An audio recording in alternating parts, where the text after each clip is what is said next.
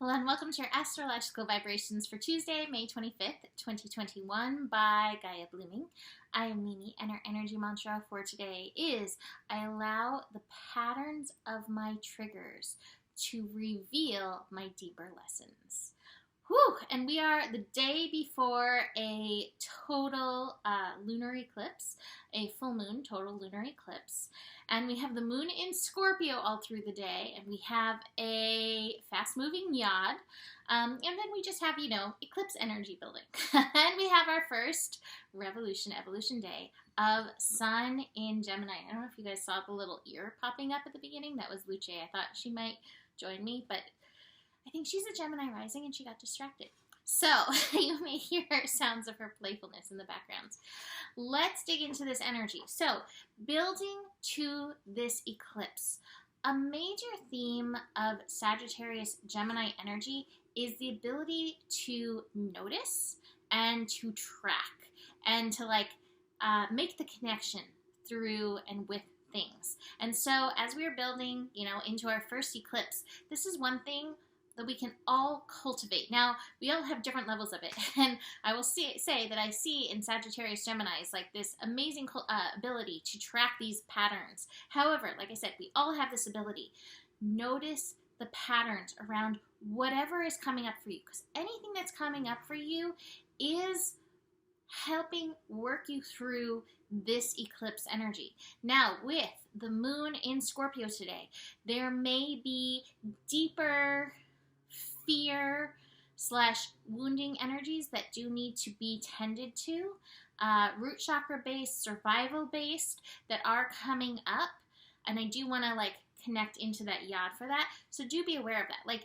The energies today may almost feel a little bit more intense than the actual energies on Wednesday, especially, like I said, building to the full moon, and that the Scorpio vibe through the day. And just the fact that we have that fast-moving yod. So let's dig into this fast-moving yod. So a yod is the finger of God, the finger of fate. It involves 3 planets, and I always say it's this is important. We need to utilize this energy. So the energy that's being pointed at, which God, Spirit, Universe is pay attention, is Mercury in Gemini. Still direct, not quite retrograde yet, and Mercury in Gemini is asking us to notice what is coming up and make these connections with whatever is coming up. So that's your work today. Notice and make the connections. And you might be like, well, this connects to that, and that's maybe far off. But if that connection occurs to you, be willing to explore it. Now, it's also interesting because I do think that these connections may have deeper roots. We do have Mercury still connected to Neptune energy. And speaking of deeper roots, it's also connected to this yod. So the moon in Scorpio, survival stuff potentially, whether you survived or didn't survive in another life, stuff around that can be coming up. Those survival threads, they really do stick with us, and I have a theory about it that I'm not going to get into in this scope, but just be aware that it is there. And then the other piece feeding into this yod is Pluto. Pluto in Capricorn. So there's power pieces with this, power and victim pieces. So again, deeper survival stuff potentially coming up, but for a lot of us, it may be making the connection, oh my gosh, I didn't feel safe, and therefore, so-and-so, I did this, rather than fully showing up in the way that I wanted to, fully showing up as my truest self, or, in my full expression, or speaking up as I felt called to speak up. So paying attention, noticing, that's your greatest ally in this energy today.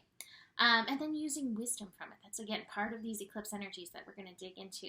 So let's dig into some of these other aspects today. Moon is also going to be connecting to Mars as we build to the full moon. With moon in Scorpio, Mars in Cancer, it might just feel a little bit extra emotional. Top of my cards, I do have the celebration card, which is Dancing in the Rain, which is about processing emotional energy. So just beware, this is here for us, okay? And the day may start off, a little intense. She's right behind me, purring and pushed up against me. How cute. I hope she becomes an on-camera cat. Lala always was an on-camera cat, and I've been wanting her to join me. Moon connecting to Neptune. I actually mentioned Mercury connecting. I didn't mention the moon. Whew. This is nice, actually, in this energy. Intuition on point. Trust yourself. Believe yourself. What I say about these stories that come up, because they're like, well, how do I really know? Trust that these stories, you don't have to believe them as the truth, but what is the deeper lesson here? What are these stories trying to teach you with whatever comes up? And that will help you move through whatever is coming up. In fact, actually, as I'm looking at the chart, we do have a grand trine in water. So between the emotional intensity and your intuition, there is a lot of processing available for us. Singing and dancing in the rain, right? Moon connecting to Pluto, we mentioned that. Moon connecting to Pluto, Moon and Mercury connecting, and Moon also connecting to Jupiter energy. Well, that's after it switches into Sagittarius. In fact, Moon connecting to the Jupiter. Moon connecting to Jupiter, Moon squaring Jupiter, is the last aspect that we have before the eclipse comes in. Jupiter is one of our teacher planets. And so I would say Moon in Sagittarius squaring Jupiter in Pisces. Beware of what you nullify due to the fact that it doesn't line up to what you've read or learned about. I always say, as a Sagittarius, we never know enough to say that we know. And Pisces, Jupiter in Pisces is ready to throw open the Library of Alexandria. It's ready to throw open those doors and provide us with so much wisdom that we may have missed along the lines.